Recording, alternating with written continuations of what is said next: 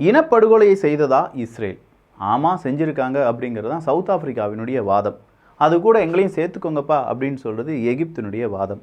மறுபடியும் south Africa ஐசிஜிஏ வாசல் கதவை தட்டி, சார் நான் போட்ட அந்த வழக்கு இருக்குது பார்த்தீங்களா, அதெல்லாம் விட ரொம்ப அத்துமீறி போயிட்டுருக்காங்க இஸ்ரேல், ஏதாவது ஒன்று சொல்லுங்கள் சார் அப்படிங்கிற ஒரு பெட்டிஷனை தூக்கி போட்டிருக்காங்க. இஸ்ரேலுக்கு செம்ம கடுப்பு. அது எப்படி நீ போடலாம்? மறுபடியும் அமெரிக்காட்ட சொல்லி சவுத் ஆஃப்ரிக்காவுக்கு எதிராக ஏதாவது செய்யுங்கப்பா அப்படின்னு சொல்கிற அந்த நேரத்திலேயே சவுத் ஆஃப்ரிக்கா அடுத்த ட்விஸ்ட்டை கொடுத்துருக்காங்க. உடனடியாக ஐநா சபை இல்லை உலகத்துக்கு பொதுவான அமைப்புகள் எல்லாரும் சேர்ந்து அந்த யுத்தத்தை முடிச்சு வைங்கப்பா, இனப்படுகொலையினுடைய உக்கிரத்தில் இருக்கிறது இஸ்ரேல், இப்படியே போனால் காசா மக்கள் யாருமே உயிரோடு இருக்க மாட்டாங்க, கொஞ்சம் பார்த்து பண்ணுங்கப்பா அப்படின்னு சொல்லும்போது ஒட்டுமொத்த இஸ்ரேலினுடைய கோபம் சவுத் ஆஃப்ரிக்கா பக்கம் திரும்புது. ஆனால் சவுத் ஆஃப்ரிக்கா இப்போ தனியாக இல்லை. பல உலக நாடுகளுடைய யூனிவர்சிட்டிஸ் இவங்க எல்லாருமே ப்ரோ பாலஸ்தீன் ப்ரொட்டஸ்ட் அப்படிங்கிறத செஞ்சிட்ருக்காங்க. சொல்லப்போனால் இஸ்ரேலுக்கு எதிராக ஒரு பெரும் கூட்டம் உருவாக்கப்படுகிறது. என்ன நடக்கும்? இதே மாதிரி இன்னும் பல செய்திகள் இருக்குது. நான் உங்கள் விக்கி, இது உங்கள் தமிழ் விதை. ஷார்ட்டாக கொஞ்சம் செய்திகள். ஜெனசைட் அப்படின்னு சொல்லக்கூடிய இனப்படுகொலை மே 16, 17, 18 யாரும் மறந்துருக்க மாட்டீங்க. இனப்படுகொலைன்னு சொன்னாலே நம்ம இனப்படுகொலை அப்படிங்கிறத நம்ம ஞாபகத்துக்கு வரும். இன்னும் அந்த இனப்படுகொலைக்கு ஏதாவது நீதி கிடைச்சிருச்சா அப்படின்னு பார்த்தா அதுவே கிடையாது. அப்படி இருக்கும்போது அங்கே காசா மக்கள், பாலஸ்தீன மக்கள் கொல்லப்பட்டு கொண்டிருக்கிறார்கள். ஒரு பெரும் இனப்படுகொலை அப்படிங்கிறது செய்யப்பட்டு வருகிறது என்கிற அந்த ஒரு குற்றச்சாட்டை சவுத் ஆஃப்ரிக்கா இஸ்ரேல் மீது போடும்போது, இனப்படுகொலை செய்ததற்கான எந்த விதமான சாட்சிகளும் எங்களிடம் இல்லை அப்படின்னு சொல்லி அமெரிக்கா அதை கைவிரிக்கிறாங்க. ஒரு கட்டத்துக்கு மேலே இன்டர்நேஷ்னல் கிரிமினல் கோர்ட் அவங்களுடைய சாட்டையை சுழட்ட ஆரம்பிக்கிறது. எது எப்படி இருந்தாலும் இனப்படுகொலை இஸ்ரேல் செய்திருக்கிறது அப்படிங்கிறது நிரூபணமாகிறது. அதற்கான சாட்சியங்களை நீங்கள் அழிச்சிடக்கூடாது இஸ்ரேல் அப்படின்னு சொல்லி இஸ்ரேலுக்கு ஒரு வார்னிங்கை கொடுக்குறாங்க. இந்த இன்டர்நேஷ்னல் கிரிமினல் கோர்ட் ஆஃப் ஜஸ்டிஸில் மறுபடியும் பல நாடுகள் இந்த வழக்கில் எங்களையும் சேர்த்து கொள்ளுங்கள், எங்களுடைய வாதங்களையும் கேளுங்கள், இஸ்ரேல் செய்தது இனப்படுகொலை தான், இனப்படுகொலையுடைய கோரமுகம் இப்போது நடக்கக்கூடிய இஸ்ரேல் ஹமாஸ் யுத்தம் அப்படின்னு சொல்கிற பல குற்றச்சாட்டுகளையும் பல அப்ளிகேஷனையும் தூக்கி உள்ள போடுறாங்க.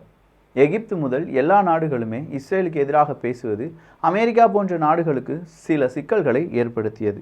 எது எப்படி இருந்தாலும் இனப்படுகொலை செய்த இஸ்ரேலுக்கு எதிராக இப்போ மறுபடியும் சவுத் ஆஃப்ரிக்கா ஒன்றிணைய போகிறார்கள் அப்படின்னு சொல்லும்போது என்ன நடக்கும் அப்படிங்கிறதெல்லாம் பொறுத்திருந்து பார்க்கலாம்.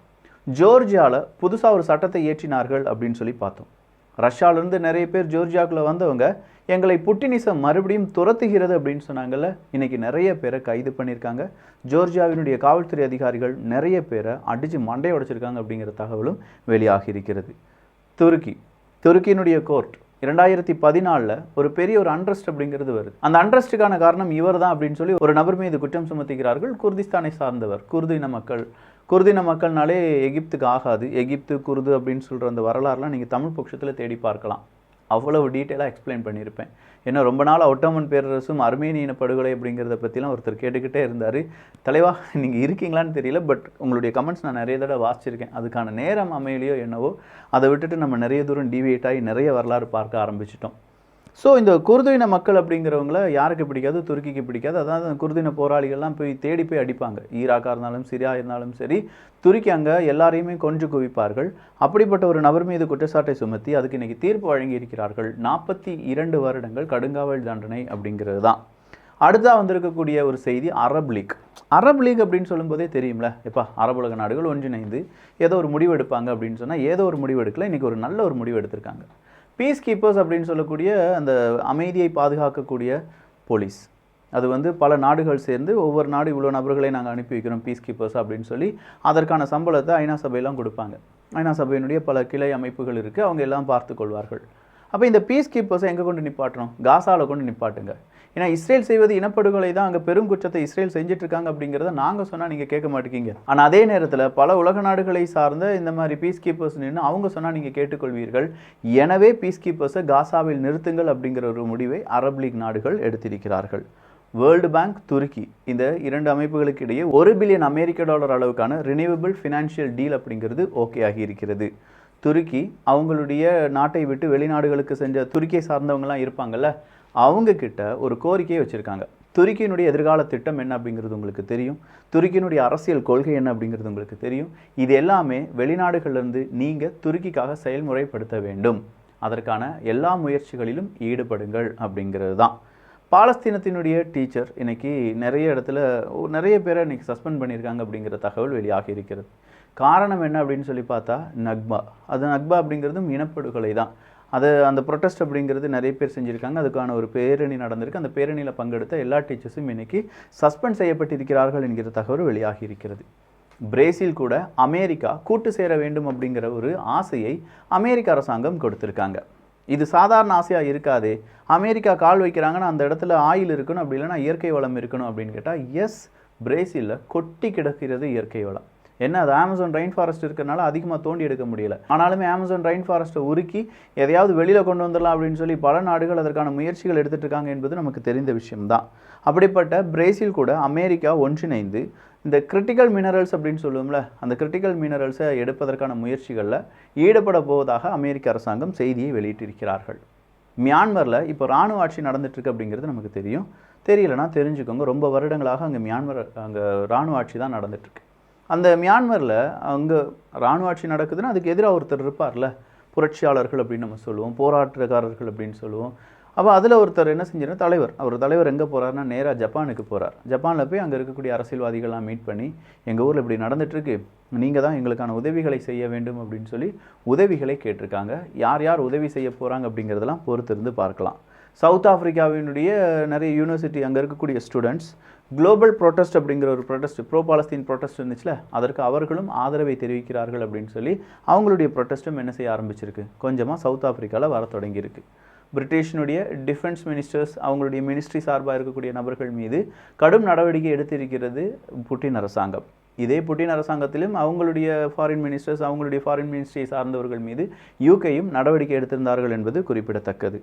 ஸ்கூல் டீச்சர்ஸ் தயவு செஞ்சு நீங்கள் ஜெண்டர் ஐடென்டிட்டியை பற்றி சொல்லிக் கொடுக்கவே கூடாது அப்படின்னு சொல்லி யூகேல சட்டங்களை இயற்றியிருக்கிறார்கள். ஜெண்டர் ஐடென்டிட்டியை பற்றிலாம் சட்டங்கள் சொல்லிக் கொடுக்காமல் இருந்தார்கள் என்றால் என்ன நடக்கும் அப்படிங்கிறதெல்லாம் உங்களுடைய பார்வைக்கு விட்டு விடுகிறேன். சீனா மற்றும் ரஷ்யாவினுடைய நட்பு சாதாரணது கிடையாது. அது ஒரு ரொம்ப ஸ்ட்ராங்கானது, எக்காரணம் கொண்டாலும் உடைந்து போகாத ஒரு நட்பு. அந்த நட்பு இந்த அளவுக்கு வளர காரணம் மேற்குலக நாடுகள் தான், குறிப்பாக அமெரிக்கா தான். அமெரிக்காவுக்கு ஒரு பெரிய தேங்க்ஸ் அப்பா அப்படின்னு சொல்லி இந்த சினோ ரஷ்யன் அப்படிங்கிற அந்த உறவை மேம்படுத்தி இரண்டு நாடுகளும் ஒன்றாக ப்ரெஸ் மீட் அப்படிங்கிறத கொடுத்துருக்காங்க. ஆஸ்திரேலியாவில் கடந்த 2023 மட்டும் நம்ம எடுத்து பார்த்தோம்னா 30% ரைட் விங் அப்படின்னு சொல்கிற எக்ஸ்ட்ரீமிஸ்ட் இருப்பாங்கள்ல, வலதுசாரிகள் இடதுசாரிகள் அப்படின்னு சொல்கிறதுல வலதுசாரிகள், தீவிர வலதுசாரிகள், அவங்களுடைய அந்த ஆட்டம் அப்படிங்கிறது இருந்ததாக செய்திகள் வெளியாகி இருக்கின்றன. 15 ஐரோப்பிய ஒன்றிய நாடுகள், இந்த 15 ஐரோப்பிய ஒன்றிய நாடுகளும் சேர்ந்து ஒரு முடிவு எடுக்க போகிறாங்க.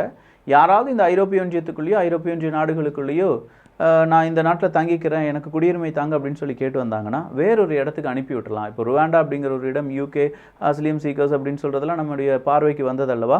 இதே மாதிரியே 15 ஐரோப்பிய ஒன்றிய நாடுகள் ஒரு முடிவை எடுக்கப் போகிறார்கள்.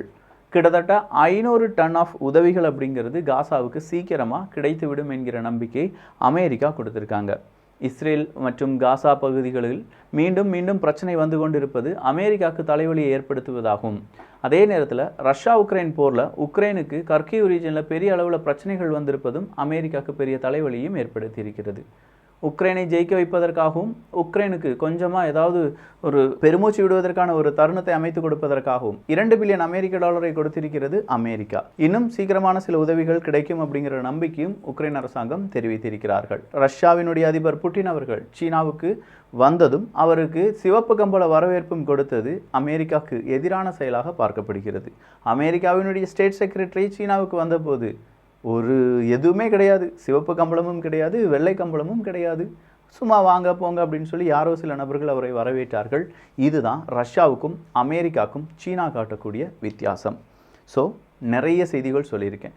kidsbestie.com இன்றைக்கி ஒரு 300-400 ப்ராடக்ட் உள்ளக்கு கொண்டு வந்துட்டோம். ஸோ கிட்டத்தட்ட 600+ ப்ராடக்ட்ஸ் அப்படிங்கிறது இருக்குது.